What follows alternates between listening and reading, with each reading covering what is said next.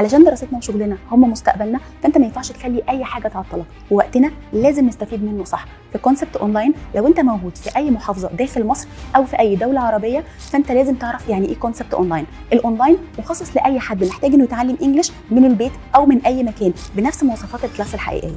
ولو هتقول ان لازم يكون في مدرس قدامي وان ماليش في الاونلاين، فخليني اقول لك اننا حللنا كل العوامل اللي ممكن تريحك جوه الكلاس ودمجناها مع عوامل الاونلاين القويه باستخدام مناهجنا الدوليه واقوى المحاضرين.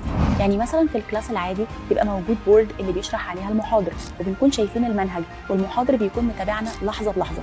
هو ده بالظبط اللي احنا عملناه في الاونلاين كورس. المحاضر بيكون موجود قدامنا شايفينه كويس وسامعنا وسامعينه، ومش بس بيشتغل على البورد، ده كمان في شاشه بيتعرض عليها مناهجنا، يعني تقدر تشوف المنهج وتتفاعل معاه كويس. ده غير ان هو بيستخدم انتراكتيف تيتشنج اللي هيخليك تركز معاه كويس جدا. وكمان معانا ادمن مسؤول عن التيم، يعني لو احتجت اي حاجه في اي وقت هتقدر تلاقيها. بس يا ترى هتقدر تتفاعل وتتواصل وتركز من البيت؟ هو ده اللي بالظبط هنعرفه دلوقتي حالا. يلا بينا. So guys, now let's practice what we learned together. So Tahir, can you tell me what do you do on the weekend? I go to the club, I play football, and I see my friends. Very well.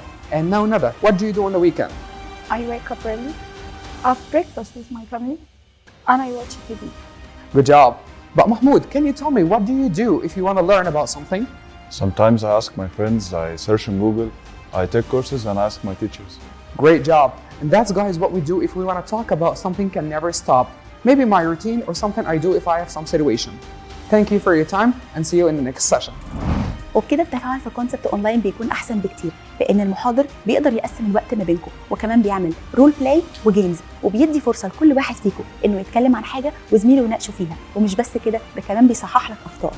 وهنا في مهاره الاستماع بنتدرب على تقويه المهارات من خلال بعض المقاطع الصوتيه من المنهج، وبنحل عليها بعض التمارين. مش بس كده، كونسبت اونلاين وفرت لك حاجه مهمه جدا، لان كل حاجه بتحصل معاك في كلاس الاونلاين بنسجلها وبنبعتها لك، فتقدر تتفرج عليها تاني وتراجع كل حاجه اخدتها. يعني مش محتاج تكتب اي حاجه في كلاس الاونلاين، وبكده هتثبت المعلومه اكتر. ودي كانت جولتنا في كونسبت اونلاين اللي وعدتك انها هتاسسك في الانجليش من الصفر، من بيتك او من اي مكان في العالم. لو حبيت تنضم لينا تقدر تتصل بينا على ارقامنا او تبعت لنا رساله واحنا هنرد عليك بكل التفاصيل على طول. للتسجيل في اي عرض من عروضنا كلمونا على ارقامنا او ابعتوا لنا رساله واحنا هنتواصل معاكم. كونسبت، اتعلم انجليزي صح.